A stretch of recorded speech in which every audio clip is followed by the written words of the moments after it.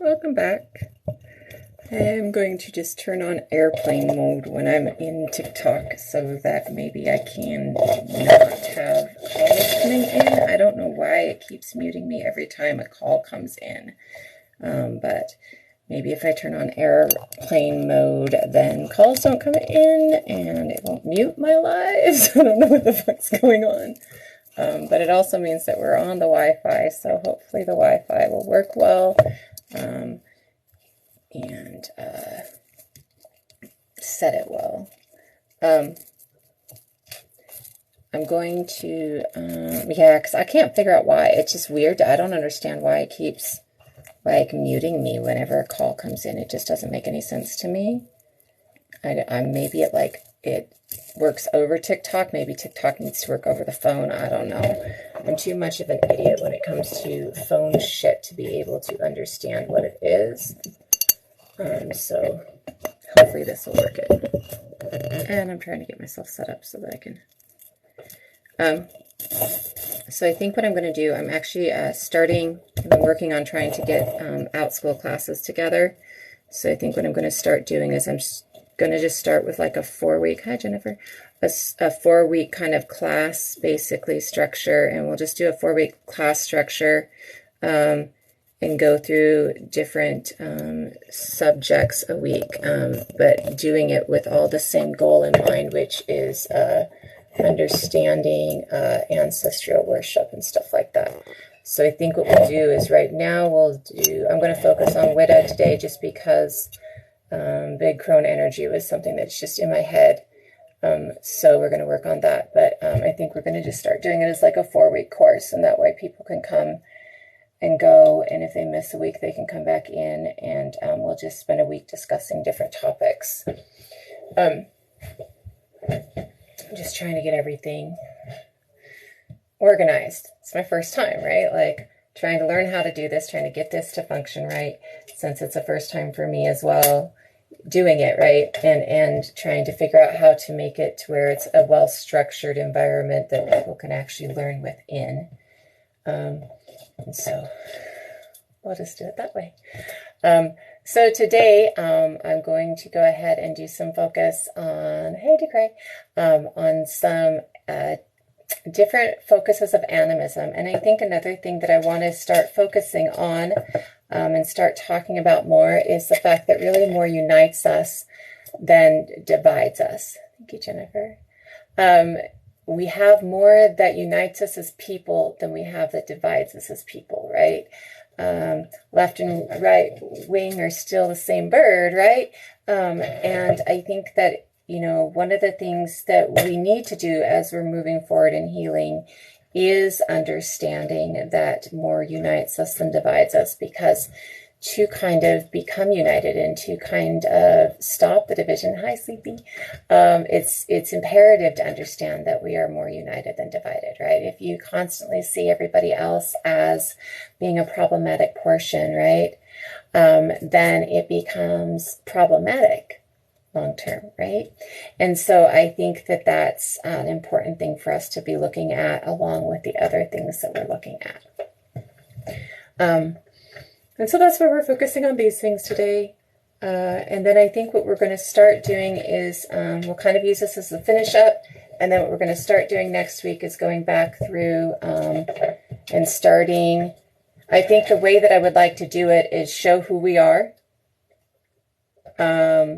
show who we were, show how to decolonize thought process or find ancestry, and then show how to incorporate some of that, right? So I think we're just going to start going from there. If you are new in the chat, we try and make sure within here, though, it does seem like it's a low amount, so it's probably people who have been here before. So this is me repeating myself. We don't deal with isms in here. We don't deal with nasty isms in here, and we don't deal with phobias based on gender and desire. And if you have a question for me specifically, please at me. Otherwise, I don't know it's for me specifically. And then today's topics of conversation are are going to be what's on the screen. We're going to talk a little bit about Widda, which is a specific branch of animism. And we're going to go ahead and talk a little bit about animism. And we're going to talk about why Crone is the goal, why the elder is the goal, right? And then we'll talk about what unites us, right? How many different things unite us in a space that more unites us than divides us. A crone is a grandmother. So biologically, there are 5 life stages. But in Celtic animistic tradition, and in many animistic traditions, there are 3 stages, basically, of your life. You have the stage of maidenhood as a female, the stage of maidenhood, the stage of motherhood, and the stage of cronehood. It is the young maiden who explores. It is the young maiden who has innocence to her and curiosity to her. It is the mother who nurtures and protects and cares. And it is the crone who teaches. It is the crone who sits by the fire and tell the stories of the histories, right? It's the crone that gives to the next generation. And so often in today's society, we tend to think of, we go one or two ways. A couple of generations were taught that the older you are, the more respect you deserve. Now, on some levels, you should be respected because you have the ability to get to an age, right? But if you've not done jack shit with it, there's no reason to respect you. Absolutely pagan. Hold on a second. You don't deserve more respect just because you're old, right? You might need to be cared for differently because you're old, but nobody should venerate you because you're old, right? And in our society, we kind of believe, we equate common respect with drill sergeant respect instead of common respect. And we have many people in an older generation who were taught the age brought respect. And so now they think that because they're old, they get respect without deserving it. And everybody deserves common respect. They feel that they should be venerated without deserving it. And so we have a couple different ways that we work with it. We either look at it that way, or we see that when people get older within society, especially females within our society, that they are deemed as less, right? We don't want older women in movies. We don't want older women in different venues of life, right? Their sexuality is gone and their childbearing years are gone, and therefore their worth to society seems to have gone, but that's not real. Crone is the way that we used to deal with that life stage. The life stages for male are pretty much the same. You have your youth, you have your father, and you have your elder, right? A lot of times you'll see youth and warrior, and usually within that they never get to elder. They talk about youth and warrior. You'll see father and son, but mainly it's the same. It's being that young youth going into the stage of fatherhood, nurturing, protecting, and going into the stage of elder, teaching. Sorry, I know it got a little chunky. If it continues to be chunky, please let me know, and I'll try and move. Yeah, so I went on airplane mode, so we're on the Wi-Fi. I'm in a space where the Wi-Fi should work, but, it's not necessarily, and then my partner's awake, so I'm not going to move it out to the living room because it'll be really loud in the background otherwise, right? So hopefully it doesn't get too choppy and too shitty. But those stages are about sacred being, about being in concert, right?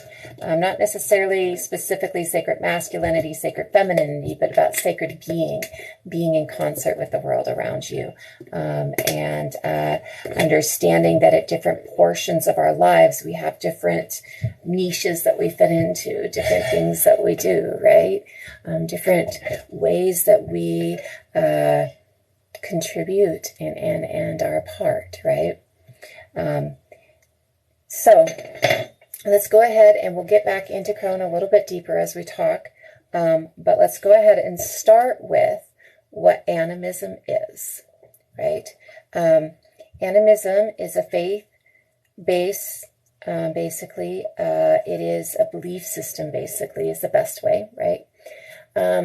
And that belief system is the belief that we are just another animal, that everything has as much right of being as we do, that we are not somehow greater than and disconnected.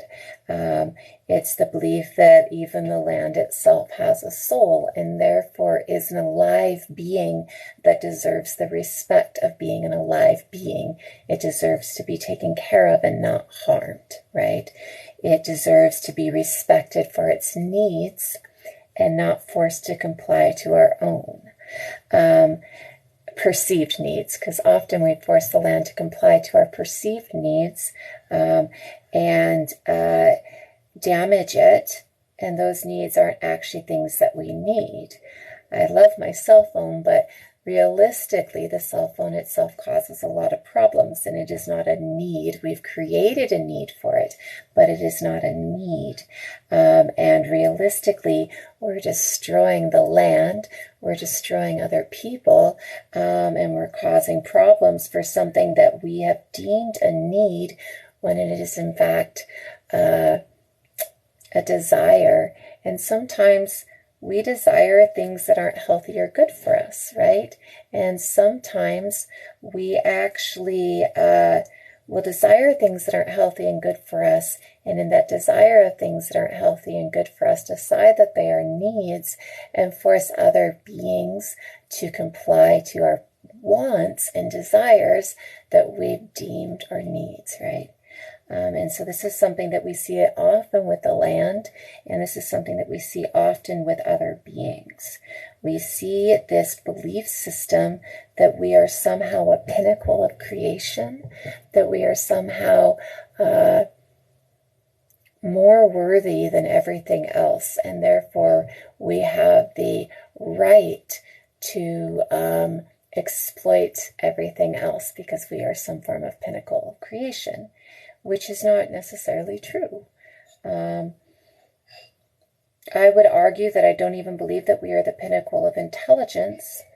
We are the pinnacle of forcing things to adapt to us, right?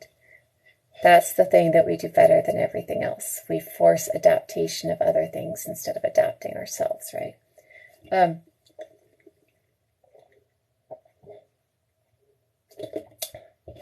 We talk in here a lot about who we are innately.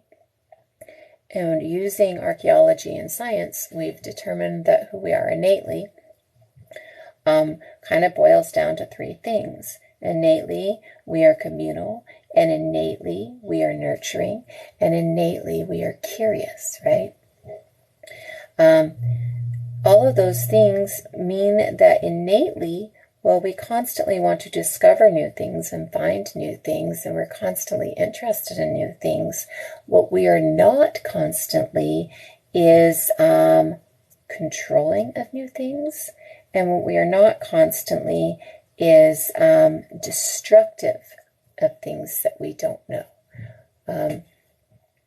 Those are things that are kind of later inventions in us, because if you are a nurturing person, and if you are a communal person innately, then innately you're not about to do the opposite of nurture, which is destruction, right?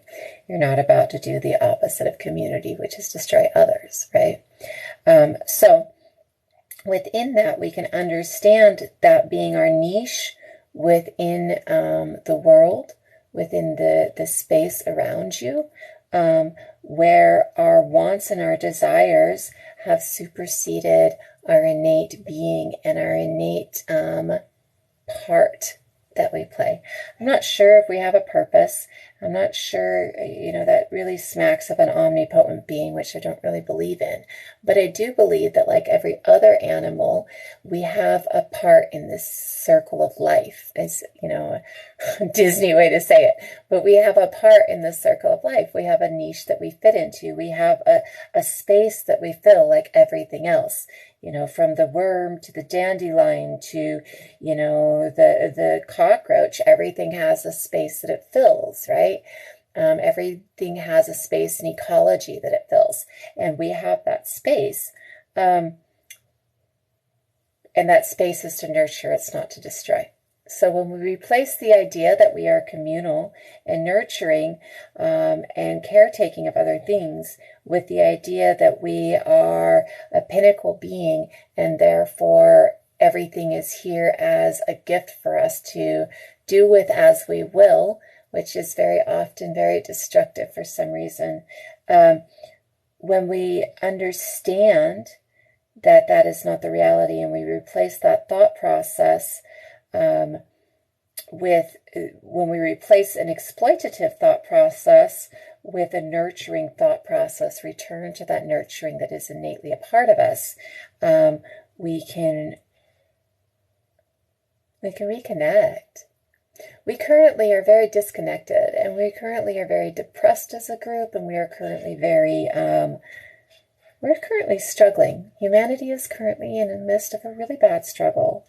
And we like to think that, oh, it's always been a struggle, but I would beg to differ. And the reason that I would beg to differ is because, well, we see periods of starvation sometimes in certain, you know, archaeological finds of the Neanderthals and older Homo sapiens and Erectus and stuff like that. We very rarely see it, and what we don't see is long-term periods of starvation, right? And we know that gathering is not actually a struggle. In hunter-gatherer societies that still exist today, when they did research and studies in still existing hunter-gatherer societies, the people of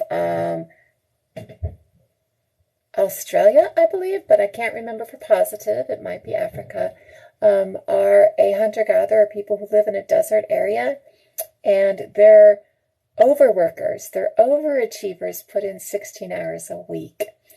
On average, they put in 8 hours a week of work to provide for themselves and their village, right? And they do that as a community, right? So you hunt as a communal group, and you gather as a communal group. You sit around the fire and cook, and you create clothing, and you do all of these things as a communal group. And to provide for the entire group on average, you have to put in 8 hours a week. There's not a struggle there. That's not a struggle. That's living your best life. Let's be real. You know, that 8 hours is within community that you love and within your family. You're not departing from that. You're teaching your children that. And God, if we could all put in 1 day of work a week, where would we be at? What creativity, what inventions, what knowledge, what passions would we pursue, right? People want to talk about, well, if we're never, you know, if we stop working, what are we going to do, right? Like, if robots replace us and nobody works, what are we going to do? If we have universal basic income and nobody's going to want to work, then what are we going to do? Everybody's going to be lazy. No. Everybody's going to devote themselves to their passions. If you take away the need to do things you absolutely hate to do just to support yourself and be able to eat, then you devote your life to your passions. And when you devote your life to your passions, the intensity that you bring to the subject creates things that you cannot create if you bring no intensity to the subject, right?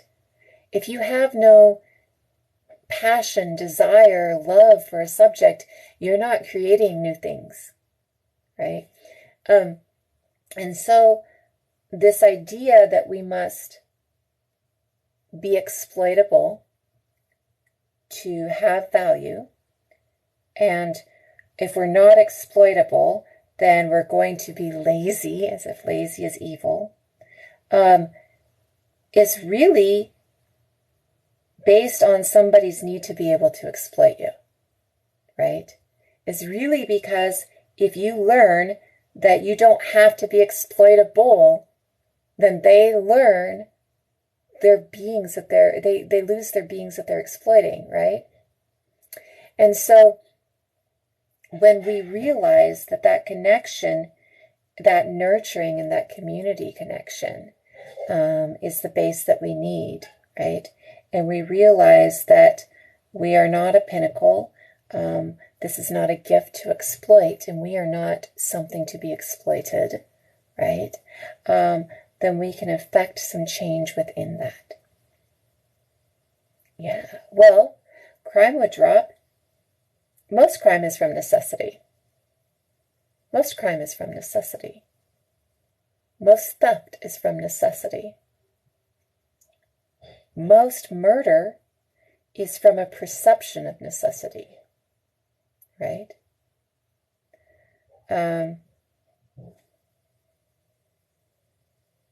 And let's be real, rape comes from the idea that you're owed something, that you're owed rights to another being.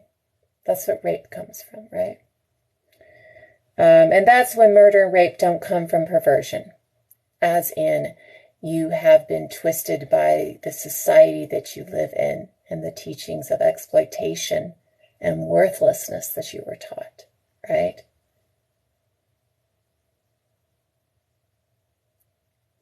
So what are, Anno, the question is, will we have to bridge our historically large divides? What are our large divides? What actually divides us?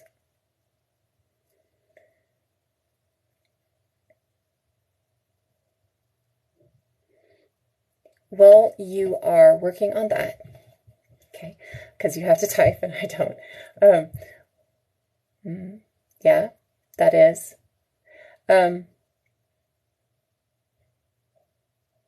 Yeah, ideology divides us. Money divides us. Absolutely.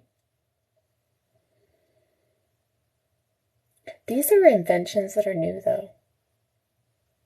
So our first city is Engazal, and Engazal is about 9,000 years ago. And Engazal was an agriculture-based city, and it is our first evidence of stratification. Now, we talk in here a lot about how Western agriculture is actually causing climate destruction, and Engazal is proof of that because it destroyed the climate it was in within 300 years, right? It is that need for stratification, for somebody to be in control, that gave us our divisions. It's this experiment. I often believe, through reading texts of our early kings, and our first kings in the Middle East and the Levant area, I often believe that we are talking about people who were megalomaniacs and narcissists, right? Pretty much every early king has this childhood that would absolutely create narcissism or megalomaniac, right? So, let me see if I can find an example really quick.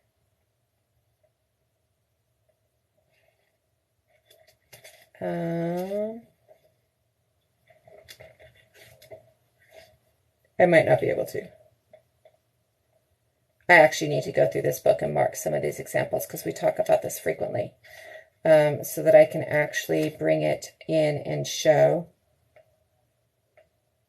where it is in the ancient Sumerian texts and stuff like that, which I will do for our next one, right? So race has actually been debunked, like race is a social construct, right? Our earliest, the ancient Near East, it's actually an anthology of texts. It has like the Akkadian, pretty much every early writing that we have. Sorry, I know it got choppy for a second. It's got pretty much every early writing that we have. All the early translations, like everything that's been translated so far. And so within this, we find a lot of the translations, or rather the translations that I have read, because I needed to read them.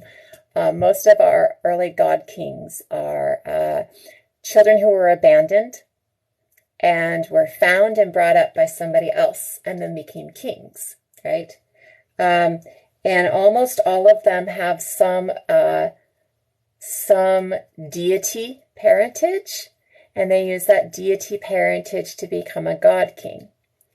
And actually some of them are like word for Moses. There's one, and I want to say it's in the Akkadian legends, but I need to go and re-look before I double down on that, where it's literally he was put in a basket and floated down a river, and a gardener found him, and the gardener raised him, and because he was actually like the child of a nymph in the basket, and that's how he became a god king, right? So all of our early kings are god kings, right? So most of them have this megalomaniac, narcissistic content to them, right? Which is why I believe we bred for megalomania and narcissism personally. But these are our early stratifications. This is our first evidence of stratification. We don't see evidence of stratification before this. So we start seeing evidence of stratification when we start seeing these narcissists needing to remain in power. And so they create this stratified society. From the very beginning, this experiment was shown to not work.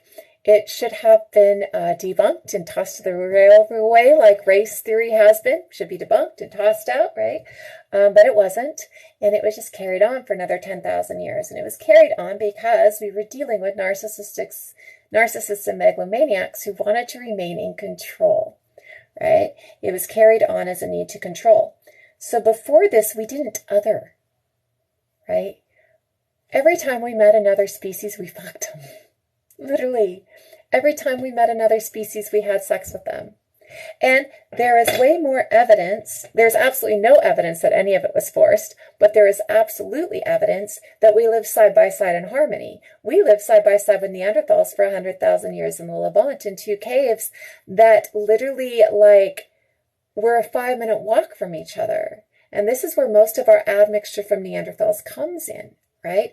So we actually, in our history, when we saw something that was different, instead of othering it and killing it, we fucked it. We were like, ooh, you're cute. Like, that's different. I want me some of that. It's different, right?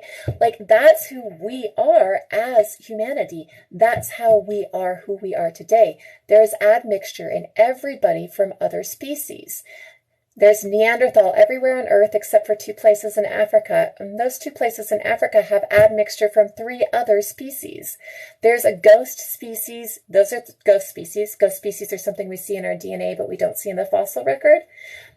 So there's those 3 ghost species in Africa. There's a ghost species in Australia. There's a ghost species in Turtle Island. And then we have Neanderthal and Denisovian, right? So every time we saw something, we went, ooh, you're cute. I want to fuck you, right? We did not kill it. Othering is new. Othering is not who we are. So we've been around for about 300,000 years. And they are now stating that our modern brain development is about 30 to 40,000 years ago.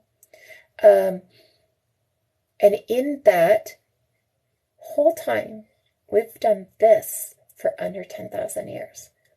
And that's at its earliest advent, is 10,000 years. In some places, it's still not even done. We still have, like the Sentinelese people, we still have places in Brazil, in South America. We still have places across the globe where people don't live like this, right? They still live in animistic tradition. A ghost species is a species that we see a part of their genetic signature within our DNA, in the genome in our DNA, but we haven't found the species itself in the fossil record yet. And so we don't have a full genomic sequence of them, so we don't know who the species is yet. And so with all of that, if we can understand that this is an experiment gone awry, then we can change it. The things that divide us are new. The things that divide us are manufactured to divide us. The things that divide us are somebody trying to maintain division so that they can maintain power. And it's been like that since the very beginning. Division is maintained so that power is maintained. And if we can understand that division is maintained so that power is maintained, then we can understand that we don't have to do this anymore. That we don't have to struggle anymore. This struggle is manufactured. This struggle is man-made to keep you down so somebody else can be in power. And it is not Homo sapien lifeways. Homo sapien lifeways are not divisive. This is somebody's maintenance of power. And it stayed that way, right?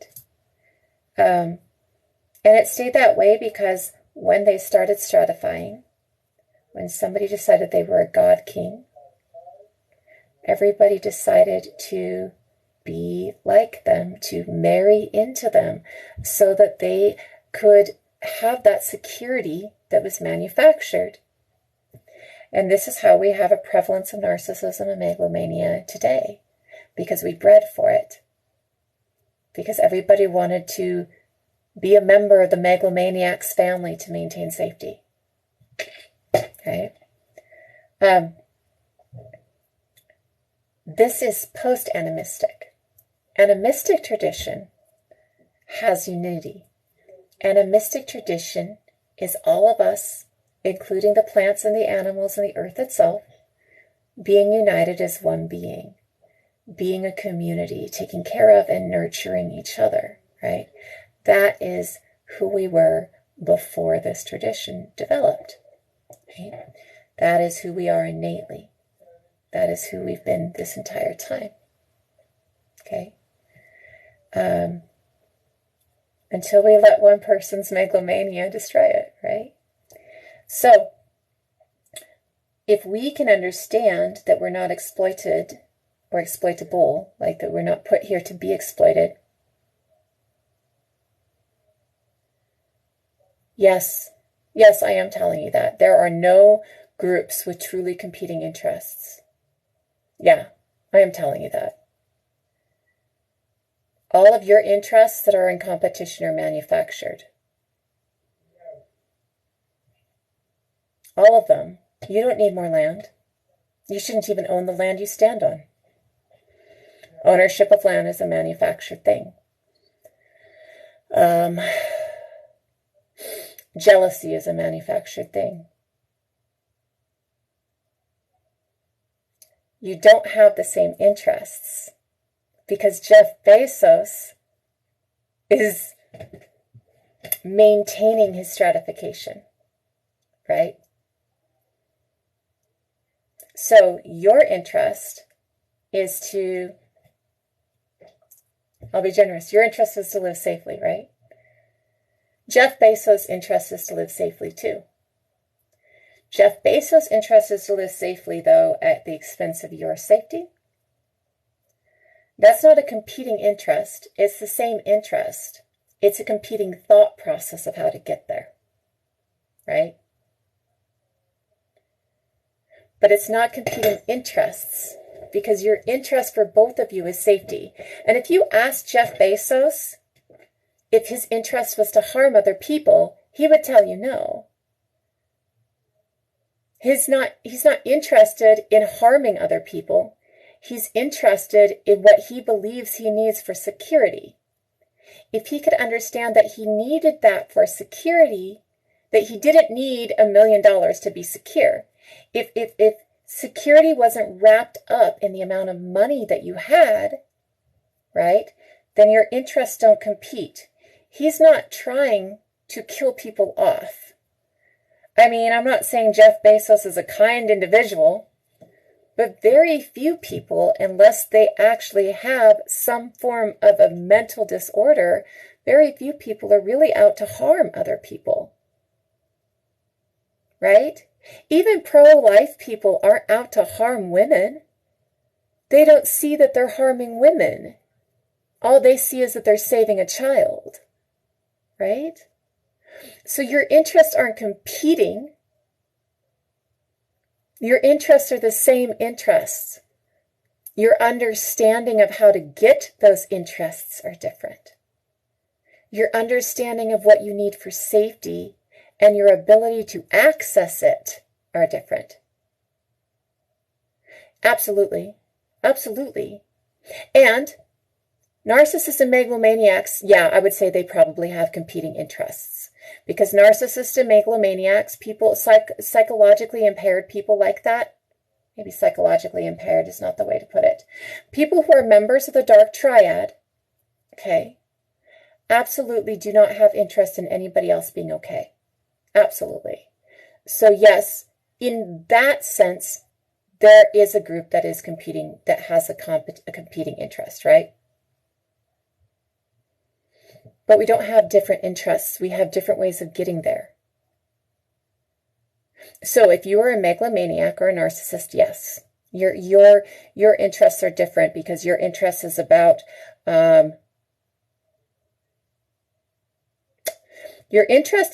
meeting your own needs at the expense of everybody else. There's no idea of anybody else's needs being even on the scale, because you've dehumanized everybody else, really is what it is. If you're a narcissist or a megalomaniac, are part of, but not all of them. And that's the point, okay? So, there are as many narcissists and megalomaniac in the lower class as there are in the upper class, okay? There are as many narcissists and megalomaniacs as there are, you know, in every different class. Every different caste, every different walk of life has narcissists and megalomaniacs, right? Pretty much everybody is descended from kings at some point or another at this point, just because of the way lines breed down, like the way mitochondrial DNA comes through and the way we breed, right? Pretty much everybody has a descendancy from some king or another at this point, okay? And because pretty much everybody has that descendancy from some ruler class or another, our narcissism and megalomania are genetically bred in across the board, right? So I know as many narcissists who are bitch-ass poor as I know narcissists who are CEOs, and I know both, right? Okay, and narcissists and megalomaniacs' interests compete. Not going to disagree with that. But that's not about the class that they're in. It's about the fact that they don't have empathy. The fact that they have decided that they're the only being that matters and no other being matters. Okay? Even the children that they have are about fulfilling their needs, right? So that's where you see a difference in thought process, right? But even multimillionaires have the same interest in keeping themselves safe. And unless they're megalomaniac or narcissist, that interest isn't, I'm going to keep myself safe because nobody else fucking matters. That interest is this is what I have to do to get ahead in a capitalist society. If the society itself is not capitalist anymore, if the society itself does not give room for that anymore, you find that the interests are still the same. Comfort, stability, and security. That's everybody's interest. Comfort, stability, and security. And I would say, I think that they've decided that the dark triad is about 15% of humanity currently, right? So I would say, other than that 15% of humanity, anybody you talk to truly believes that they should be kind to others, that they should care for others. Some people have had propaganda and been twisted enough to state that, you know, these Christians is a good example, okay? So many Christians have had enough propaganda tell them that they shouldn't be supporting people who can't do it themselves, right? Like, how dare we do welfare? Why the fuck would we do welfare, right? But if you ask them what Christ believed, and they choose to follow Christ's beliefs, they will tell you that feeding the poor, that doing charity work is important, right? This is a conflict of their own interests, and they don't understand that, right? But they still believe that nobody should go without unless they deserve it, right? Unless they can equate it in their mind that they deserve to go without, nobody should go without, right? You still give them an orphan child, and they're still going to think that that orphan child deserves a home. They may never give that orphan child a home, and they may never give the money to do it. But at their base and at their core, they still believe that that orphan child deserves a home. They just don't want it to be them. So I don't believe, other than narcissism and megalomaniac, that we truly have competing interests. All of our interests are safety and security. Totally down. 100. Totally down. And capitalists may not share that interest, right? But it's not because they don't share the interest of security and safety. It's because they don't understand the way you understand, right? It's not in their best interest to stop you, because capitalists are as depressed as you are. Capitalists have suicide rates that are just as high as yours are. Capitalists, for their best interest, would get rid of capitalism. Capitalism doesn't serve capitalists any more than it serves you. It just appears to serve them. Well, I mean, that tells me that maybe you have a disconnect. It doesn't tell me that they have a disconnect, because you can totally overthrow capitalism without killing all the capitalists, right? It's not necessary. If you can change people's way of thinking, you can change shit without killing people,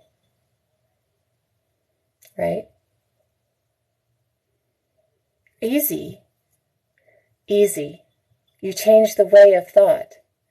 How did we get here? How did capitalism come about? The way of thought was changed. Understanding was changed. And if you change understanding, you change society. If you change society's understanding, you change society. It's how we've done it every single time. It's why we're here, because somebody changed society's understanding, because somebody convinced people that it was in their best interest to be stratified, to have somebody work in the fields, and to have somebody who is a king, because the king is going to protect you, right? It's in your best interest to have a king because the king is going to protect you, right? So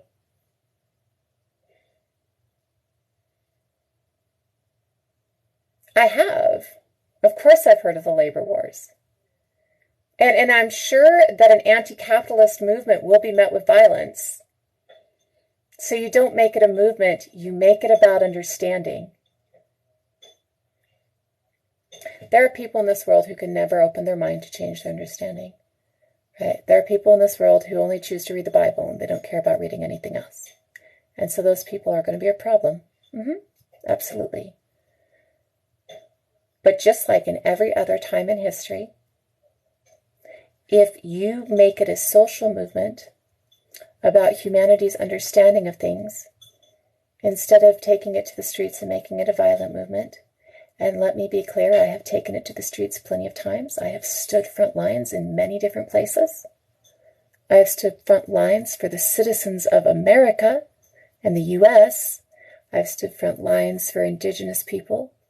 I've stood front lines for marginalized voices, right? So the civil rights is a social movement, and it is still a violent movement, and it is the way it's met. It's the way it's put out, and it's the way it's met. Now, I'm not saying that that makes it wrong, and I'm not saying that violence isn't sometimes called for, right? What I am saying is, if you make it about changing perceptions, if you make it about changing perception, you can make it nonviolent. Because it's not about force at that point. It's about understanding at that point. So, while yes, I agree that I agree that capitalists will meet an anti-capitalist movement with violence. If they don't know it's an anti-capitalist movement, they can't fucking meet it with violence because they don't know it. And I thought, I'm sorry, but I'm smarter than any fucking capitalist out there because I have the understanding to know what the fuck is going on, right? So because I'm smarter than the capitalist, because I have the understanding to know what's going on, I can figure out how to change the I'm not saying they're stupid. That's not what I said. I said I'm smarter because I know what's going on. Don't put words in my mouth. Okay, I'm smarter because I know what's going on. And because I'm smarter because I know what's going on, I can understand and figure out how to change minds without violence. Okay, and if I'm not meeting you in the streets, but instead I'm teaching your children something, there's no violence because you don't know it's fucking there. If you don't know it's fucking there, you have nothing to be violent against. That's good. You don't think you can do that because that's not the way that you work. It's the way that I work. It's how I was taught to heal. Right? It's how I was taught to heal society. I'm not out here to stand a line. I've done it. It's not my favorite thing to do. Okay? I'm out here to heal thought, to create different perception, right? And I'm not telling you how you do it. You do it your way. It takes every angle. You need mutual aid and frontliners, right? You need keyboard warriors and frontliners. We are all valued and we all have a place. And if you want to take it that way, more power to you. It's not the way I want to take it. Because I believe in my heart that my way is more effective. Because if you can change people's minds, you can change society. Right? And you can do it without bloodshed.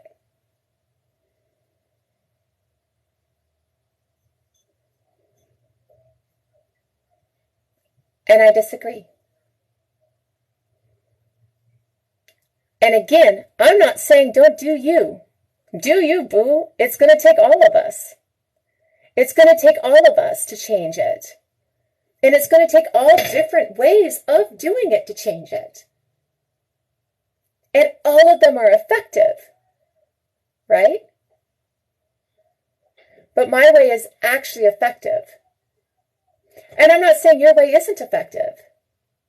But my way is so effective that we have Christianity as a dominant religion. My way is so effective that we have Christianity as a dominant religion. Christianity governs all of the globe because of my way.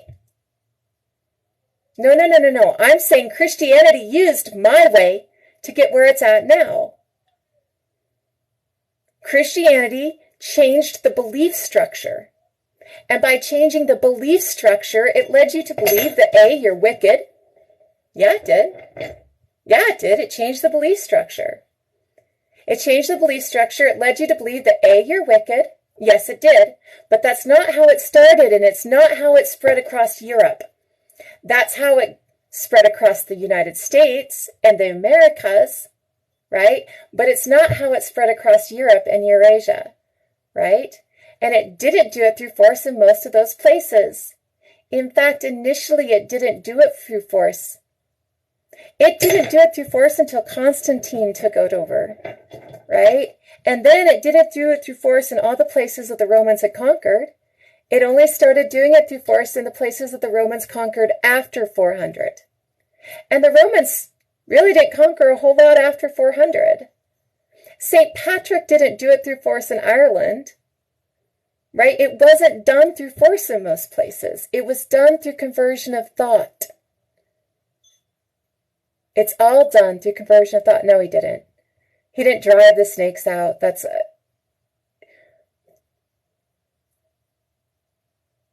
is a, oh God, what's the word term for it? It's a falsity. It is a falsity. He didn't drive the snakes out. He didn't use torture or crucifixion. St. Patrick didn't do any of that. None of that. We all want to think he did. And as somebody who has studied Celtic for 20-something, 30-something odd years, I'll tell you, I spent at least 10 years thinking St. Patrick drove the snakes or the Druids out of Ireland. But history, the records show that that's completely incorrect. Actually, the History of Belfast put out papers stating that there were no Druids that Patrick drove. Well, the Druids were there, but that Patrick didn't drive the Druids out of Ireland through torture. He didn't use violence and he didn't use torture. And in most places, early Christians didn't use violence and torture. We don't see violence and torture until the Inquisition. And I've studied it, honey. Like, studied it. So, St. Patrick didn't fight battles. He wasn't a warrior monk.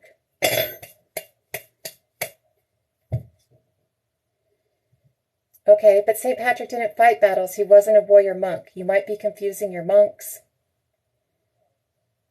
St. Patrick didn't torture anybody. He didn't crucify anybody, and he didn't have soldiers. Not white. Fuck you. I'm not white. I'm indigenous. I'm Turtle Island indigenous, motherfucker. So keep your shit out. After you sit there and argue for violence for a fucking hour, you want to tell me I'm white and leave it to a white woman to argue against violence?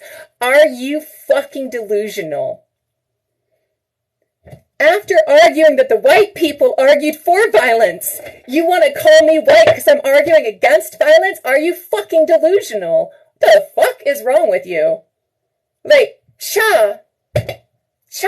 And St. Patrick didn't use nuptial rites either. You need to go read more on St. Patrick because none of that is correct. And none of it is correct per any museum, per any educational space. That's myth. That's myth. White people are extremely violent. I'm preaching nonviolence and you're going to call me leave it to the white girl? Fuck the fuck off. Like, right the fuck up. What the fuck is wrong with you? Anyways, back to the fucking subjects at hand. Yes, you can change minds, and you can create great social change by changing minds. And you can create more social change by changing minds than you ever can by changing violence, or by violence. And this is why we have all of the fucking things that we have, like residential schools and shit like that. Not because they weren't violent, because they were absolutely violent, but they sought to change minds. Okay? And you can change minds without violence. In fact, the failure of the residential schools is not the choice to change minds. It is the choice to use violence to force that change of mind. It is violence that prevents the changing of minds. So, you don't need violence to change fucking minds. You, in fact, need kindness to truly change people's minds. Changing somebody's mind through fear is not a change of mind. It is fear. Changing somebody's mind through love and through kindness is a true changing. No, you don't need violence. You can... Do you think that there were no incorrigible people here in Turtle Island? I mean, often I think that there were very few incorrigible people here in Turtle Island. But do you know why? Because when you did something that was incorrigible in most spaces here in Turtle Island, and again, nobody is absolutely monolithic, right? Nobody's monolithic. In Turtle Island, in many spaces that we know of, when you did something incorrigible, when you did something truly wrong, you were ostracized. You were oh God, what's the word? Banished? It's not banished. There's another word. But you were removed from society, right?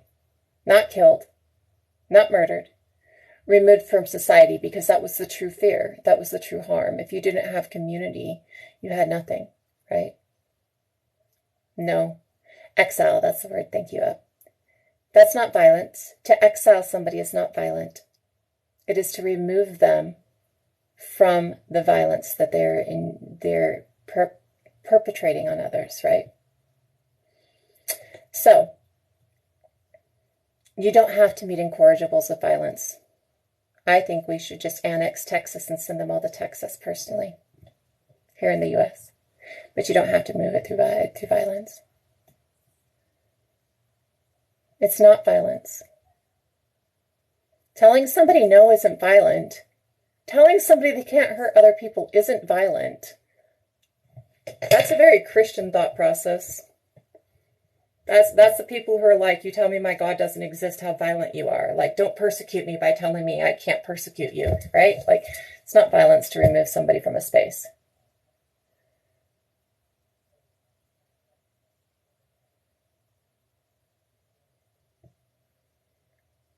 Nauticulus, it's not because you've met horrible people, and it's not because you've been in wars.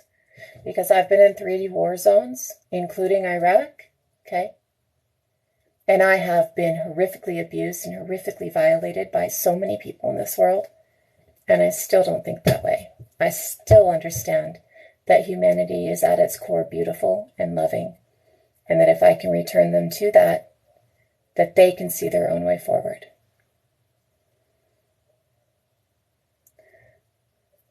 And I'm not sure why we're disagreeing, because I'm not telling you can't do it your way. I'm telling you that my way is different. That's all.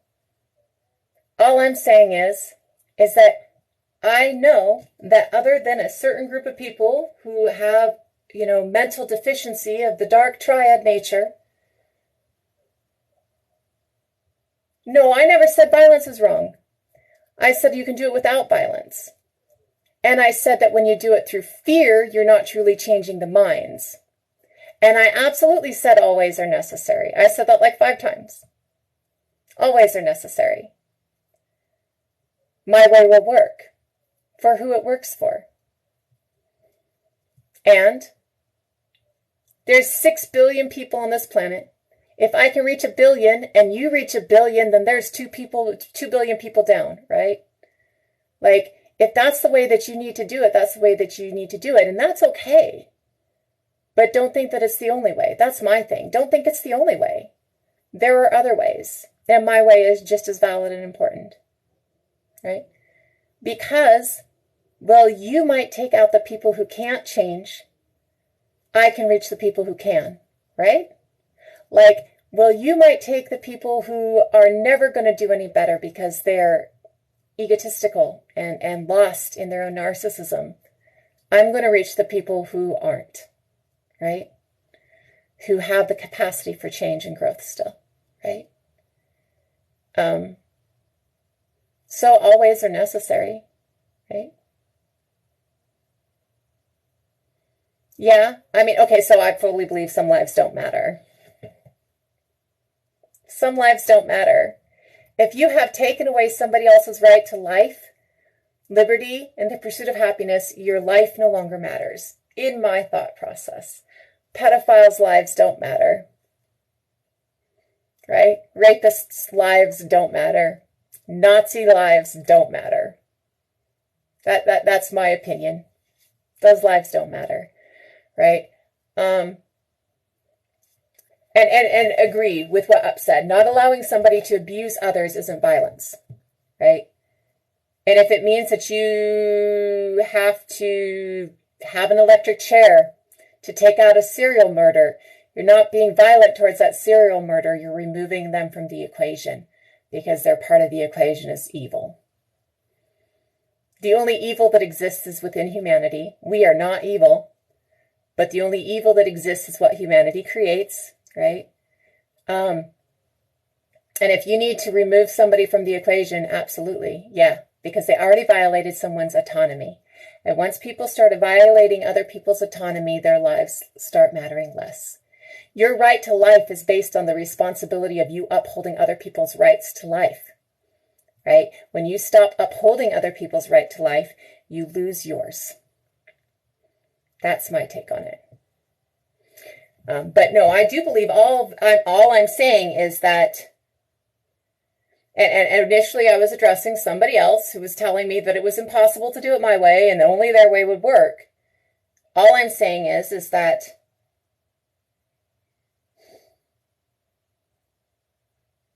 war isn't going to do it, right? Now, I'm not saying that there's not a place for it. Right? I'm not saying that there's not a place for riots. Burn it to the fucking ground. And personally, if you're black in America, burn it to the fucking ground. You built it. You can burn it, right? I'm just saying that to truly change minds, war doesn't work. Violence doesn't work to change the mind. And I'm saying that you can totally change the minds. And that if you can change the minds, you can do it without violence. Now, I'm not saying that there's not going to be a place for violence. And, you know, I would agree that if capitalists know what's coming, they're going to fight every step of the way. But my way is capitalists don't know what's coming, so there ain't nothing to fight, right? Like, and anything that starts with violence will not change the minds of the people you're being violent against, right? Now, that doesn't mean that there's not a place. So say we're talking about somebody, let's take Elon. That man's a narcissist if there ever was one, okay? How to create a dick-shaped rocket to fucking take it to the moon, earning trillions of dollars where everybody else is starving, right? That's a pretty fucking narcissistic person, right? We're not ever going to change his mind. If you need to take him out, right?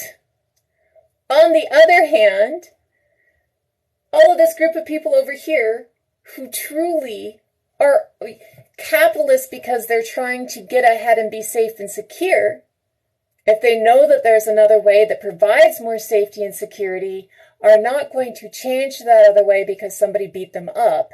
They're going to change to that other way because somebody told them with love and kindness, hey, there's this other way and it's going to be better for you. And maybe you'll be happy instead of alone and sad, right? But they're absolute fucking Putin. Ain't going to change that man's mind. Ain't going to change that man's mind. Ain't going to change that man's mind. And I'm pretty sure he's a Nazi. So, take him, right? Ain't no level of nonviolence that you're going to do against that man that's going to make him understand different. Because he's a narcissist. Not because he's a capitalist, right? Has nothing to do with, you know, his ideas on how to get humanity ahead. Has everything to do with the fact that he's not looking to get humanity ahead. He's looking to be a dictator. He's looking to be the next Adolf, right? So all things are absolutely needed. But you can absolutely change more minds with kindness and love than you will ever change with violence. That doesn't mean that violence isn't necessary. It means that it's not going to change minds. It's necessary for the things where you can't change minds, right? But it is not necessary. Not only is it not necessary, but it's an anathema to actually changing a mind, because no mind is ever changed through violence. That is a mind changed through fear. And changing minds through fear is actually one of the things that we're dealing with right now, because people changing minds through fear has created this, right? Has created a society where we're all so afraid that we're not going to be okay, that we steal food from babies because we're worried we're not going to be okay. Where we're also afraid that we won't eat next week, that we get pissed off that somebody's on food stamps because we don't feel like we can get on food stamps. And so obviously they deserve to be, you know, screwed over, right? That is a created thing. There's a comedian who made a comment, and I can't remember his name. I remember his kid's name, like he's got a kid named Isla. I know that. But he was talking, and he was talking about his sons. And his son was looking in his brother's bowl to make sure that his brother's piece of cake wasn't bigger than his. And he told him, he said, you never look in your brother's bowl to make sure he has too much. You look in your brother's bowl to make sure he has enough. We are too busy worried that somebody else has more than us to ensure that everybody has enough. We're so busy making sure that we're the top fucking dog that we forget that there are so many people that don't even have enough. And if we were making sure everybody had enough, we wouldn't have a worry of a top dog. There would be no top dogs. There's no need, you know, right? If everybody has enough, there's no need to accumulate. You know, like after the Great Depression, people who lived through the Great Depression, I know old people who lived through the Great Depression who their freezers would be so stocked, right? They would have a full deep freeze, and they would have jars everywhere, canning jars everywhere, right? It was an obsession. It was an obsession to make sure that they had enough food. And that obsession to make sure they had enough food was because they had lived through poverty and not had enough food. They had lived through starvation and not had enough food, right? So when you're so terrified that you're not going to have enough to get through tomorrow, you collect everything so that you can make sure you have enough to get through tomorrow. You become greedy, right? You take more than you need because you're afraid tomorrow is going to be full of poverty, right? And we live in a society that really teaches that as a core process, making sure nobody else has more than us, right? That if somebody else has more, that it's a pie. And if somebody has a bigger slice of the pie, that means there's a less slice for us. And that's just not factual. Money is made up, right? Economy is fictional, right? These are all things that we've created to create a perception of lack so that we can create division so that certain people can remain on top, right? It's not a pie. You're not going to have less just because somebody has enough, right? If somebody hoards it, then you may have less. But you're not going to have less just because somebody has enough. And if you make sure everybody has enough, then there's enough to go around. There is enough to go around. We manufacture dearth in this country, in the United States, by our farmers throw out food, perfectly good food, just because it doesn't look right, right? We manufacture poverty in this country. And we manufacture poverty using that fear that somebody else having enough is going to take from me, right? And if we can change that perception, if we can change that understanding, then we can change the way it's functioning. And if we can change the way it's functioning, then we can all be safe and healing. James, who, what? Sorry, not on the list. I didn't see you leaving. Have a great one. So, animism was the start of that conversation. And again, if you're just coming in, animism is the belief that we are all interconnected, that everything has a soul. Nosta, text and make it love. Have a great night. Sleep sweet.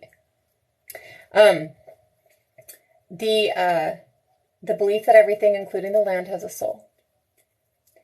And it is the foundational belief of humanity. It's what we believed in for almost 300,000 years. It's only been within the last 10,000 years that we've had any other beliefs. And still only in certain places, and some places still hold animistic tradition. So within animism, we find the Celts have an animistic tradition that we know of as Druidry, but we don't really understand that the Druids are one side and that the other side would be the Widda. Wid means knowledge, and we see this in the second half of Druid. Okay, Dru means oak. And da means feminine. So Widda is the knowledge of the feminine. This doesn't necessarily mean that you're a female. You can practice Widda no matter what you are, gender-wise, biological, sex-wise. The feminine is creation. The feminine is healing, right? The feminine is understanding the esoteric, the deeper knowledge, right? The Druid, the oak knowledge, is the knowledge of the earth itself, right? It's the knowledge of this itself, right? And both of those spaces have a connection that goes a specific way, right? And it's not gender-based, right? It is based in the seeking of knowledge and how you seek knowledge, right? Say that you want to be a healer, okay, and that's your calling. Whereas the Druids might use more plant and earth work, herbalism and stuff like that to heal, the Widda might use energy to heal. Now, this is honestly, I think that they both used both, right? But you might find more of a connection if your knowledge connection is to the earth itself as opposed to the energy source itself, right? You might find more connection to the herbs. You might find more in concert with the herbs. You might still use energy. You might pull energy from the earth. You might talk to the earth energy-wise, right? But your connection, what speaks to you, might be the earth more than the energy sources, the ley lines, connection, creation, right? That spark. And so, again, it's not necessarily something that's from one or the other. Now, the Widda and the Druids were the learned class of the Celtic people. These are the people who keep the laws, who are your lawyers and your judges and your advisors. These are the people who teach. We know of them as bards, as teachers, where they would, so the Druids and the Widda taught in 3-line stanzas using an iambic. Iambic is the way you fluctuate your words when you're talking. So we think of iambic pentameter with Shakespeare. Pretty good, T. Hi. Thank you. Awesome. And hi, T, since you can't hear me. So iambic pentameter with Shakespeare, we see that because it's a 5-footed iambic. And what it is the way you fluctuate your words is, and I can't do iambic pentameter unless I'm reading Shakespeare, to be real, but it is where you put stress on syllables and how the putting of stress on syllables will stick it in your head. And so the Druids used a specific iambic that stressed the syllables in a way that it would help it stick into your head. And so they would work in 3-line stanzas, and these sets of 3-line stanzas could be thousands of sets long. But because they were done in 3-line stanzas with an iambic that had a memory pattern to it, you could go through and you could teach. So as a bard, you might go through a village, and you might, hello, Rabbiter, you might sing or tell the songs or the stories within this 3-line stanza to the group of children. And you might get through one set of stanzas, right? You might get through one set a day, right? And you stay there for a week, and then you move on to the next village, and you teach the same 7 sets. But you're repeating them over and over again. And because you're repeating them over and over again and you're teaching them, you're teaching memory, right? I don't know. You should be. I'm not sure. It says you're a mod. I'm not sure what's going on. Because it teaches in those sets, it sticks, right? Oh, okay. And that sticking is how they translated history and knowledge, right? So when you are going through as a bard, you're going to see the children who are the curious children, the curious ones who want to learn more, right? Who are always asking questions. And in around 7, we believe, is when they would take children from the villages so it's believed that the island of the Druids was the island of Anglesey, and the island of the island of the Druids was the island of Avalon, and the island of, no, I'm wrong again. Anglesey is the Isle of the Druids, and Avalon is the Isle of the Widda. The you know, Anglesey keeps the masculine, the oak knowledge, and Avalon as Avalon is a lake, an island in a lake, right? And Avalon is the power center of ley lines, and Avalon is where the Widda would have been. And so you would take children at around 7 to become druids or Widdas, and they would follow what sparked in them, right? And learn what sparked in them. And what you would see with this, is that because you're learning things in these 3-line stanzas, and because it's using an iambic that is memory inducing, people want to relate oral tradition as telephone game, but it's not a telephone game. It's actually way more accurate than written word. And the reason being is that written histories are written by the winners. They're propaganda filled, right? They're about who gets what, right? Whereas oral histories, they're not written by one. They're collective. Memory and teaching it is collective, right? And it's memorized, right? So say I have a 3-line stanza. The seeds of the sun and the daughters of the moon come together sometime soon. Okay, let's say that off the top of my head. Seeds of the sun and the daughters of the moon. Now I'm going to repeat that. And as I'm teaching somebody it, they're going to learn that stanza until they can recite that stanza with no help, right? And so as you're learning these huge collections of stanzas, you're learning each one until you memorize it completely, and then you move on to the next. So this is how they used language and oral tradition without writing to teach, and to teach pretty extensively. And they would teach law, and they would teach history, and they would teach medicine, and they would teach science in this way, right? So being the learned class, you see that the Druids and the Widda were actually your healers, your doctors, your lawyers, your judges, your teachers, and your scientists. And sometimes they were the ones who communicated with the gods. It is not your priestly caste. It is your learned caste. It is the people who learn, the people who are academics, as we would think of them, right?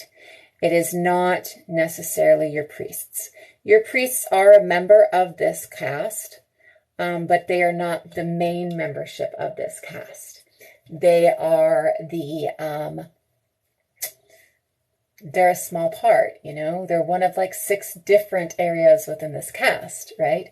And because they're one of like 6 different areas within this caste, what you find is that you have a great class of learning in academia within Celtic history and within Celtic knowledge that has been relegated down to witch or druid, right?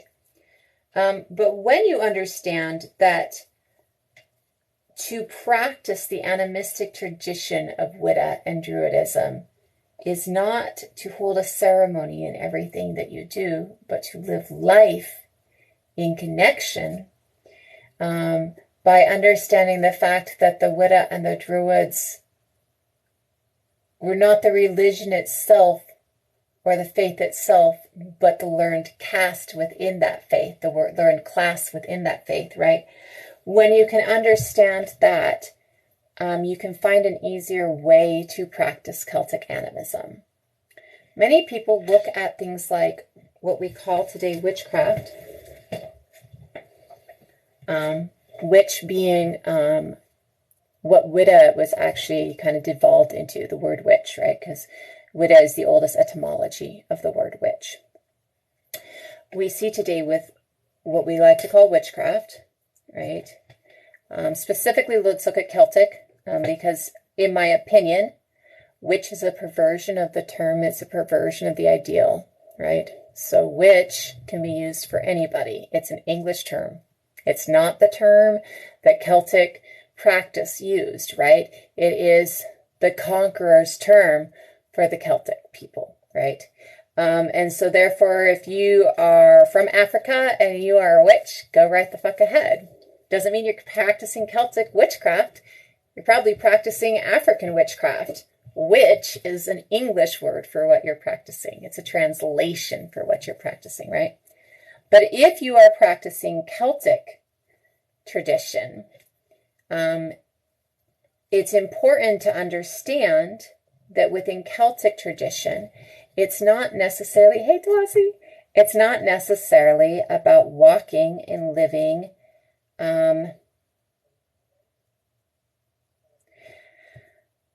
so some people will call it living in ceremony, okay? You hear that a lot with Turtle Island tradition.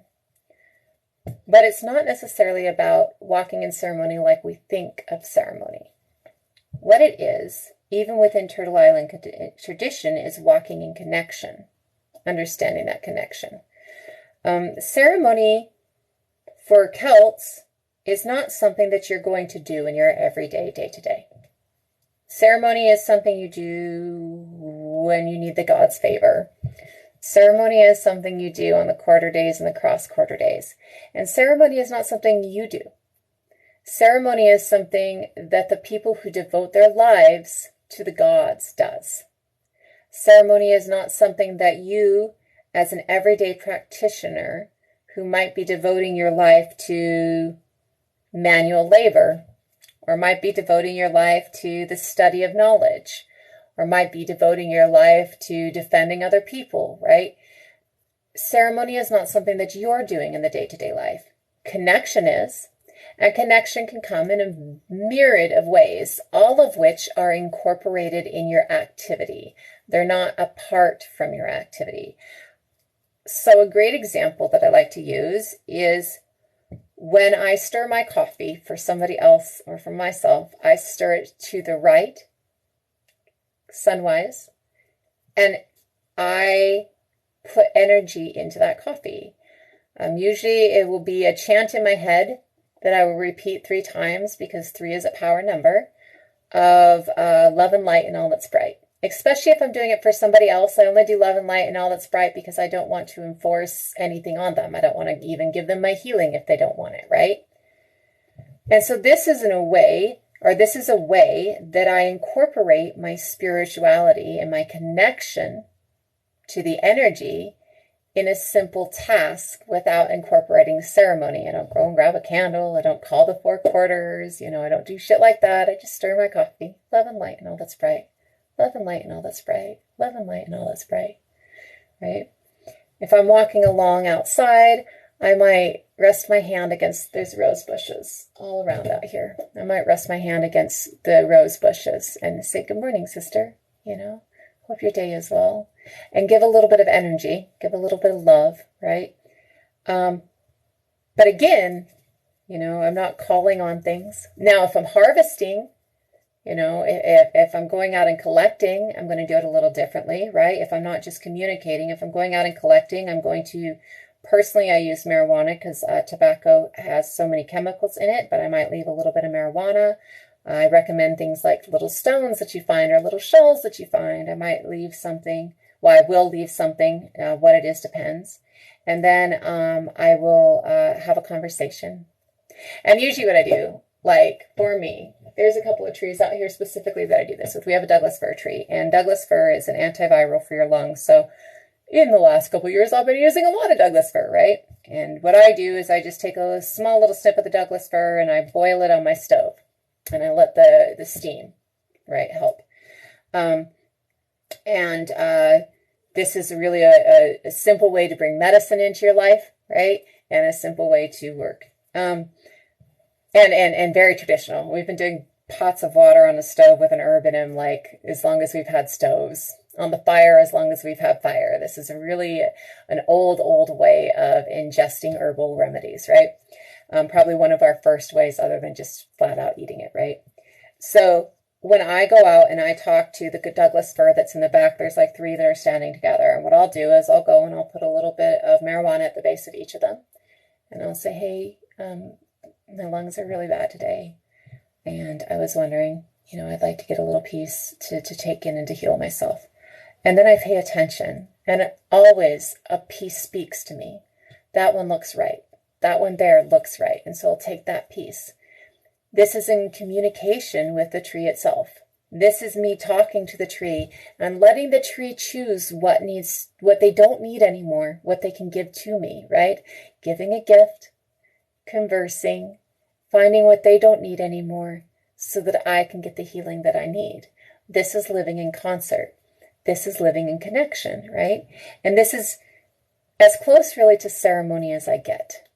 I will also light candles. And when I light candles, I have an altar. And I have different tools on my altar that I never use, I'll be real. In fact, the only tool on my altar that I use is my lighter. And my lighter is a dedicated lighter for the altar. And because it's dedicated and because it has specific energy in it, is an effective magical tool. All the magical tools that you hear about, all of them, from the athame to the broom, are all created. Everything traditional was once brand new, right? At one point, they were brand new creations, just like a lighter, and all of them are something that the energy and the work that you do dedicates to that act, right? Dedicates to ceremony, right? So a lighter is absolutely something that you can keep on your altar that is dedicated to that altar and dedicated to that, right? So if I am going to, the closest I get to any form of spell work or any form of ceremony is I keep candles, plain white candles. I usually do like the 5-hour emergency candles myself. I have a mead bottle because it's pretty and because it's mead and it connects me to my ancestors. And I put the candle in the mead bottle. Now, what I would do beforehand is, depending on what I am trying to accomplish, usually, so first of all, I don't ask for things. I never ask. Unless it's for healing, like I will go to a tree or a plant and I'll ask for that plant, you know, like I need some of you, please, you know, I'm hurting, I need some of this, please. But when it goes to talking to my ancestors or talking to the gods, the closest thing that I will ever ask for is please protect, please keep whole, right? Please give love, please make sure this person is safe, right? I don't ask for things for myself. That's a personal thing. For me, it's not okay. For me, I'm not telling you how to worship, but for me, it's not okay. So I don't ask for things. What I will do currently, what I do is, I'm saying currently, because currently I do something specific for my children that I don't get to see, right? And so currently that's really the only kind of spell work I do because I don't necessarily do spell work or ritual work, right? So I will rotate the candle to the right, right? Sunwise. Because remember, sunwise, and I didn't say it in this chat, so I'll say it in this chat. Sunwise brings things, and Widdershins are counterclockwise, takes things, right? The sun brings the energy. When the sun goes away, when it's taken, when it goes counterclockwise, it takes the energy.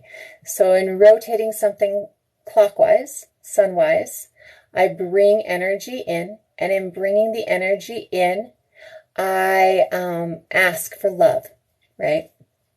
Currently, I'll rotate it.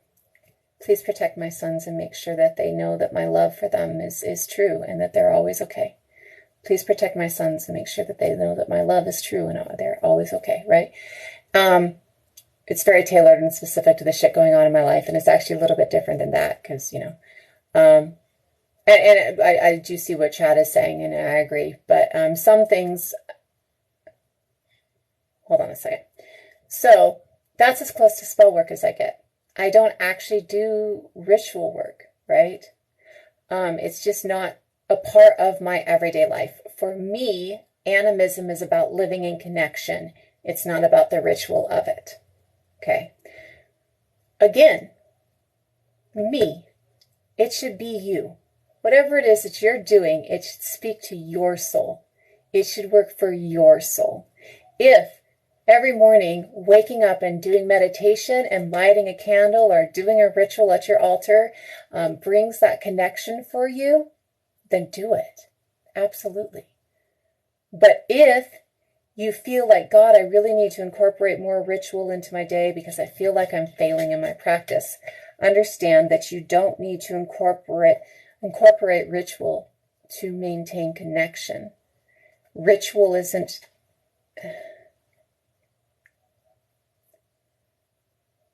that connection. It's just not. It has deeper intent. There's other things, but it's not that connection itself, right? It's more of hearing things. It's more of listening than anything else, right? That's what ritual is. It's more about listening to what the gods have to say instead of, just living, right? Certain things are absolutely made up. Certain things are not. I work energy. Energy is how I heal. And herbalism. Energy and herbalism are how I heal. I also have degrees in modern medicine. I also have, I've worked in hospitals. I've worked in long-term care facilities. I've done home care. But energy is how I typically work and herbalism is how I typically work. And neither one of those things are made up. Both of those things are real, factual things that you can touch. Manipulating of energy is literally how we do everything. Like, making this was a manipulation of energy because you had to manipulate the energy to understand this pin that you probably can't see. Let me find. This is a manipulation of energy. You had to manipulate the energy with the plastic. You had to manipulate the energy with the clay that creates the porcelain, right? These things are all manipulations of energy. Everything around you is a manipulation of energy. When you understand that, you can use that understanding to manipulate energy on a deeper sense. Because we are energy. We are all made of energy. Yep. Yeah. It all comes from the center. It's all collected and brought in, right? It's all energy. Everything around you is energy. Everything around you is energy, right? And if you can understand that anything and everything around you is energy, then you can work with that energy to fashion that energy into what you need. Now, you can fashion that energy into something tangible, physical, right? Or you can fashion that energy into something intangible, right? A lot of times people call it manifestation, things like that. We call it karma too, right? That's all energy manipulated, right? I like to remind people when talking about this, though, that I am one person and there are 6 billion. My intent only goes so far, right? So if you're trying to manifest money, your intent for manifesting money is you against 6 billion, all trying to manifest money, right? And the reason that I won't manifest money is because when you're manifesting things like that, it does take from others, right? For you to get it, it's got to come from somewhere, right? Because it is something that's manufactured. Because it's manufactured, it does have a finite, right? Because it's controlled for that finite, right? So I won't work for money. I do no work for money. I will never attract money in my world. And the reason is because by attracting money in my world, I take it from somebody else who might need it more. And I have been homeless on the streets, right? I've spent probably a good portion of I spent most of my teens on the streets homeless. I came back from Standing Rock and ended up homeless for a hot minute, right? Came to Portland homeless as a homeless war vet. And I still won't work energy for money. And the reason I won't work energy for money is because I've always been okay. Like, even when I'm not okay, I'm still living. I'm resilient enough to make it through anything, so I don't need it. Somebody might need it more than I do. And I cannot take something from somebody who might need it more than I do for my own mental health. So, it is important to keep in mind that when you're manipulating energy, that it is you against 6 billion. So if it's not something that you can actually manifest, it's not because you're failing. It's because there's 6 billion points of energy manipulating too, right? Manifesting as well, right? And then sometimes those manifestations counteract each other. right? And because of that, you against 6 billion, it's going to be a hard one, right? Good afternoon, Nubian. So you're definitely going to see where it just doesn't always manifest right for you, right? And that's only important in the fact that, you know, so many of us will be like, or at least I know in my past, I've been like, well, if it really works, then this will work, right? Like that challenge, right? Like, yeah, well, if it's really real, this will work. And I had to come to the realization that, you know, it's still me against 6 billion, right? And also karma. A lot of people are like, oh, well, that's karma. And it's like, no, not always. Sometimes the shit that's happening into you isn't because of some karmatic effect in the last life. It's because somebody down here is a dick, right? It's because somebody down here is not a good, healthy human being. Hi, tripod. And so, you know, you're going to find that it's not karma, it's somebody else being a dick, right?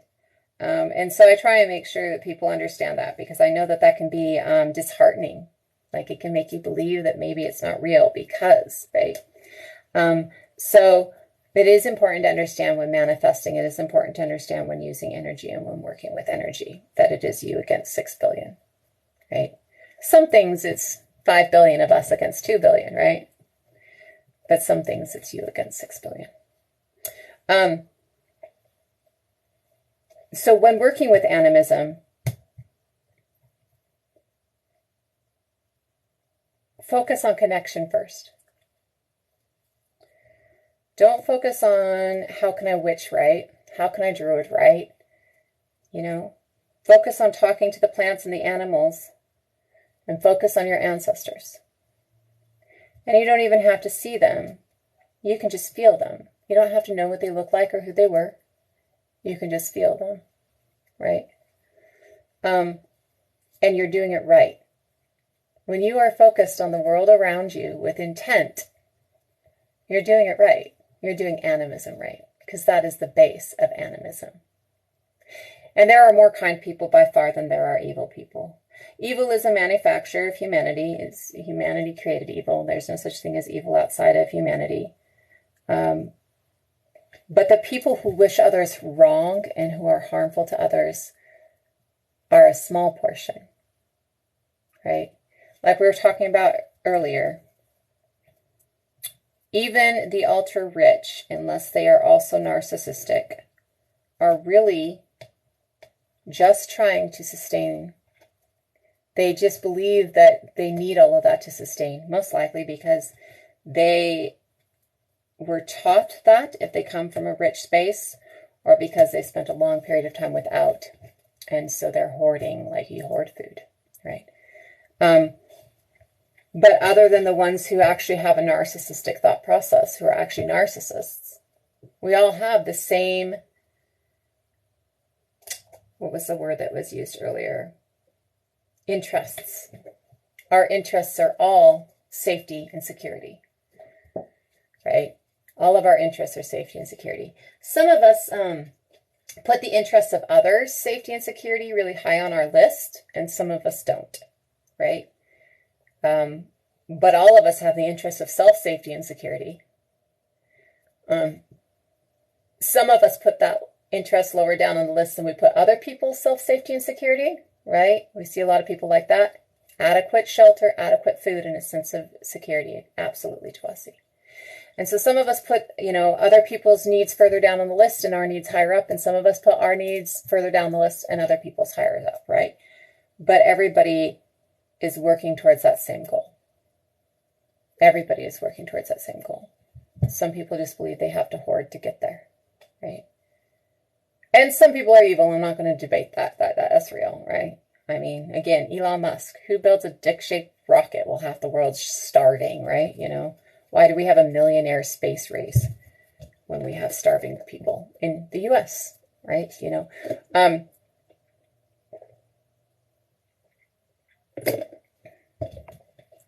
but unless you really have that disconnect, everybody's interests are the same. I've heard that, but I don't remember the hierarchy of needs. But I do believe that, you know, it's pretty much shelter, food, and security. But I can't remember exactly what it is. Kyoko, hello. And so with animism, if you just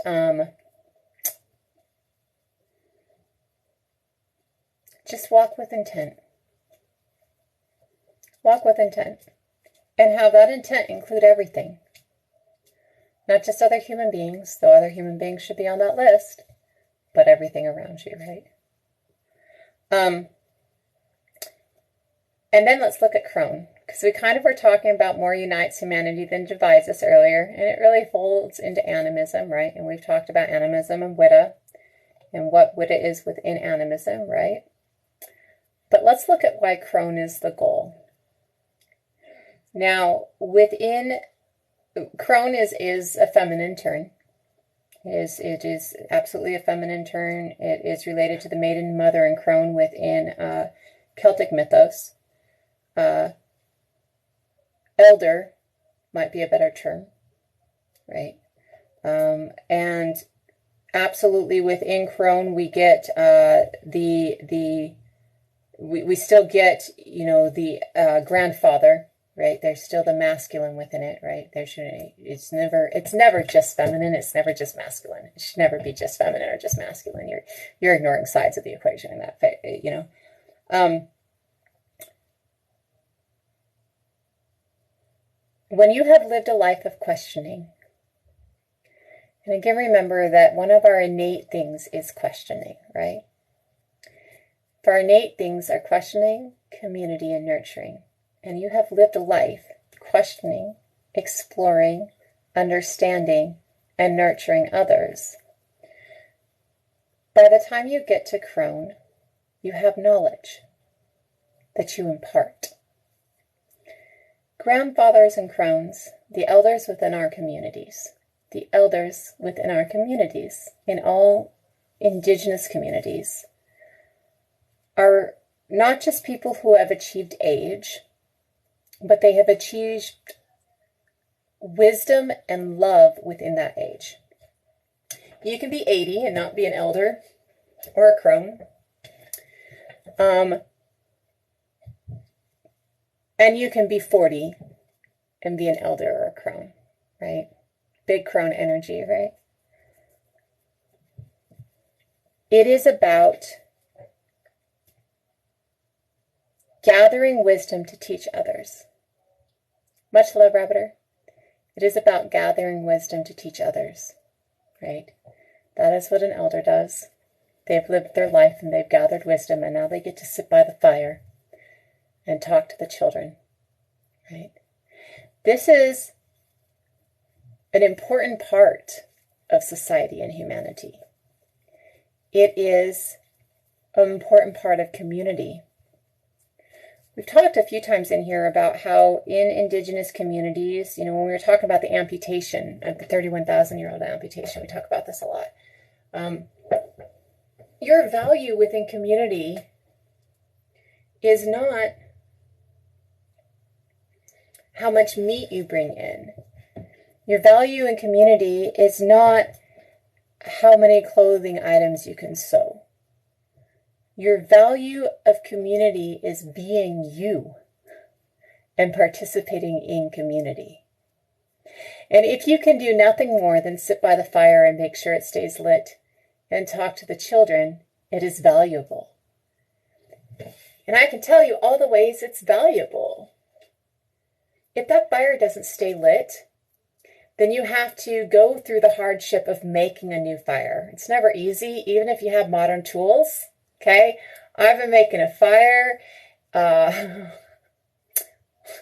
teepee that we started living in when I was 5. I mean, I learned how to make a fire then. I've been making a fire since then, right? Like, I've made thousands of fires in my life, and I can tell you how to do a fire the best. And even in telling you how to make a fire the best, 1 out of every 50 times, I can't get the fire to light unless I change it up and I do something different. Or it might take me an hour. Or not all the conditions are perfect. There's not enough dry wood, right? There's no tinder, right? Like, so maintaining a fire is imperative in any community. that is not based on electric. And this is why. Your home needs to be heated. Okay? Whatever space you're in must be heated. Okay? Otherwise, you will freeze to death most times of the year, right? Especially if we're looking Paleolithic, right? Food needs to be cooked. And the only way you can cook food is on that fire.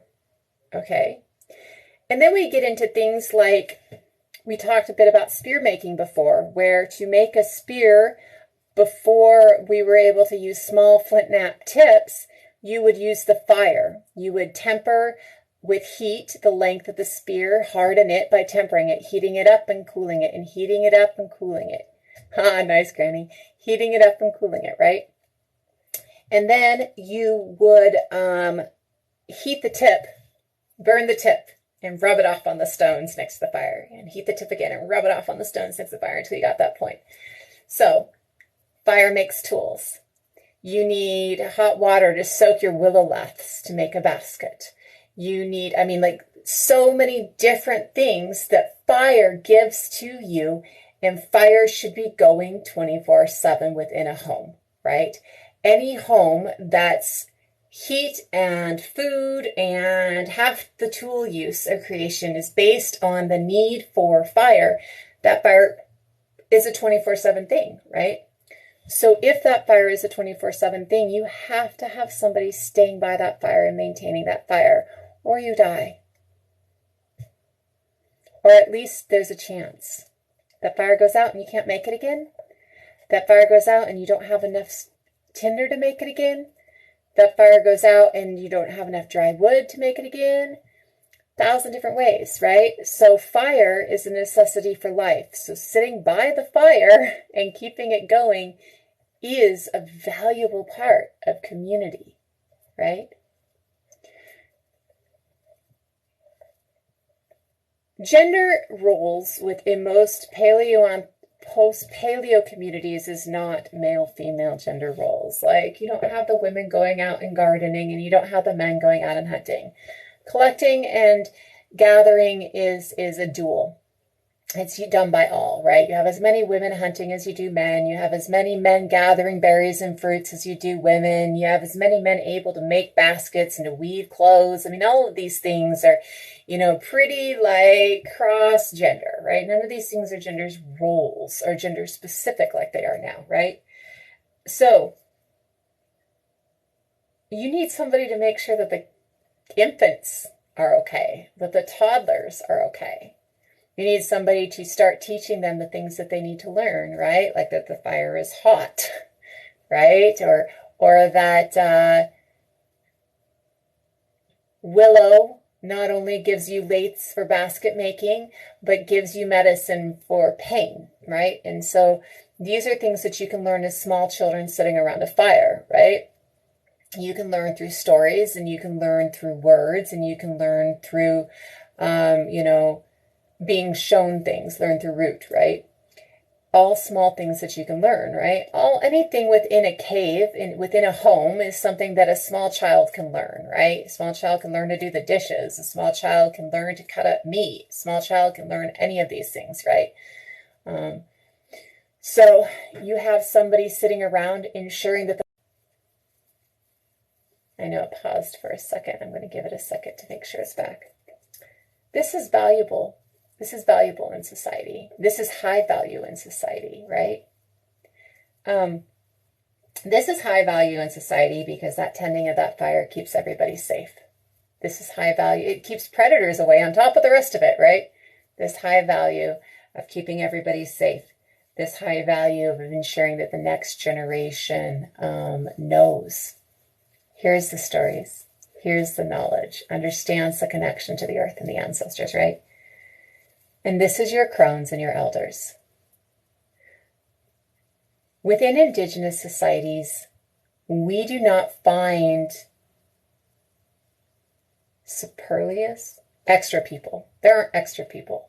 Everybody has a niche, right? Everybody has a place to fulfill, right? And the places that the elders fulfill are the teaching. You find in many societies that children were actually given to the grandparents to raise so that the parents could provide, right? This is one of those problems that we have currently within our society, where we have what we call a nuclear family, a father, a mother, and their children in a home without the rest of the community. So something that was done by the housing market to give them more money, right? It's a propaganda thought process by the housing market. But what it's done is it has stopped our ability to have our grandchildren raise our children, our grandparents raise our children. And when children are being raised by their grandparents,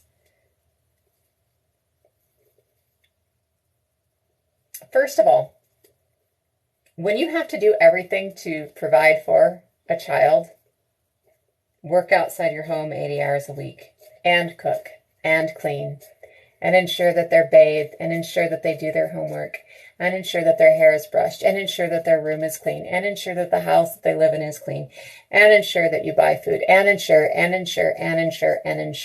It is stressful. It's stressful. It's overwhelming. It is too much for two people. Too much, by far, for two people. It creates anger and division in relationships, and it creates hardness between parents and children, right? It creates this very divided line. It creates and breeds a lot of resentment on both sides, right? You spend 20 years at minimum giving up everything about yourself to be perfect for somebody else. Not only is it impossible, but it ignores self-care and it ignores need, right? Whereas when you have people in their prime who are going out and doing the prime work, right? The hard work, and people who have done that work and deserve a little bit of time by the fire, taking care of the children, that division of labor is a healthier environment for children. If as a grandmother, I am one now, I love it. If as a grandmother, I can ensure that the house itself is taken care of, that the grandchildren themselves are loved and taken care of, and this is my goal, right? And not the whole house, right? But just the little putter things, right? And that the grandchildren are loved during the day and taken care of during the day, and put my focus on making sure that they're happy and healthy. Well, the parents put their focus on hunting, gathering, or in this day and age, going out and working at a job, right?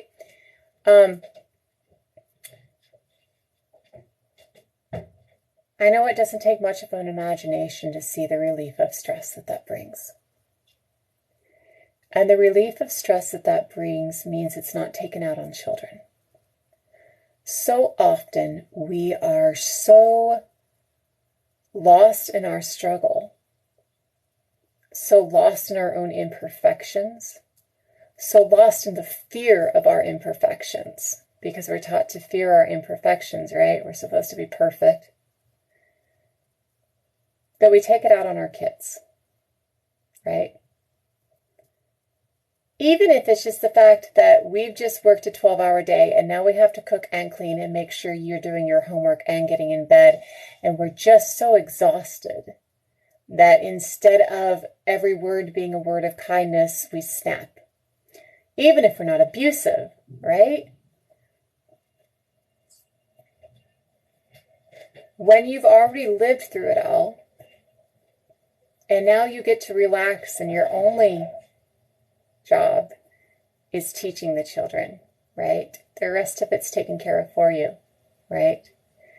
You find kindness and gentle parenting. You find connection and nurturing. You find nurturing that has been put by the wayside in the need to provide. Because we don't nurture anymore, we provide, right? And that's why Crone is a goal. Grandfather is a goal. And that's why within that goal is to gather as much knowledge as you can so that you can teach it with kindness to the next generation. Right? I am going to go for the afternoon. I've been on for a couple of hours and I'm trying to limit my time. I will be back on after like, what is today? Today is like Thursday, right? Yeah, I'll be back on after like 7:30, maybe 8 o'clock this evening, and we'll go over the same stuff. I wish you guys a beautiful afternoon, and I hope it has much love in it. And I hope that you all get a chance today to find some of that connection, whether it's to your ancestors, whether it's to the earth underneath your feet, whether it's to your animals, whether it's to the plants. Have some chance to love yourself by loving your community around you, and feel the love that the community has for you, because we are loved. We are not locusts. We have behaved like some for a hot minute, but we are in fact nurturers, and we are needed. Love you. Have a great afternoon.